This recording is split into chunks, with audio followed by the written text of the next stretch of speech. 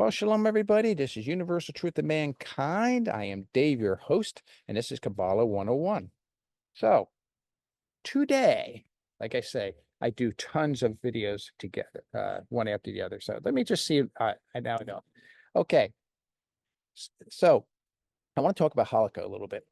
Now, Halakha basically means rulings, and you will find various thoughts and rules to deal with various things.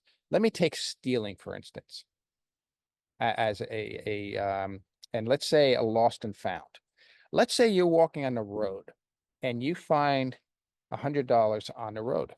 Now, what are you going to do with that $100? Well, what you'll do is you'll look around first, see if there's anyone around in case they lost it. Now, if you don't find anything, you just move on. And then then you say to yourself, well, what does Halakha tell me to do? Well, Halakha would tell you to look around. It may give you a certain time span in which you have to search. It may also tell you to what levels of pursuit you should go to find the owner of that money or that object or that thing. And then once you're done with fulfilling those rulings, then that item becomes yours. There's nothing else according to the rulings you can do or should do. Now, you have to ask yourself, sorry about this. The sun's starting to get a little brighter. Is Halakha really the answer to not stealing, especially if you find something? Well, if we look at stealing from a spiritual point of view, you will see the superiority of a spiritual view of thou shalt not steal. What's a way you can look at a person who is stealing or trying to avoid stealing? Well, let me explain what stealing is. It's not taking just somebody's money or somebody's stuff, as many of us would think, but rather our purpose in the world is to give what we receive. Now, if you're a millionaire, you're a billionaire, are you that because you're not giving any away? That's between them and God, not you. All right. So you have to understand that what you're receiving may be meant for others as well. In other words, I have a talent. I have a talent of, let's say, meditation. And I'm very effective with the meditations and I'm helping others to meditate.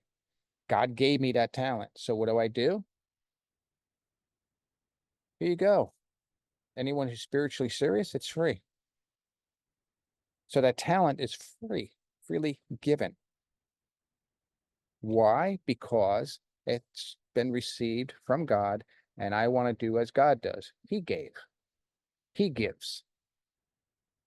Now, if you take somebody's money, let's say, or an item from them, you steal it, who you're really stealing from them?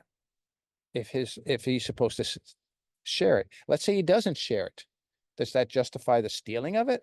Well, let's just say, for sake of argument, no, let's just avoid that. Let's try not to find reasons why to steal from others, because you can go too far that way too. So your motivation now is, oh my gosh, I found this $100 on the ground.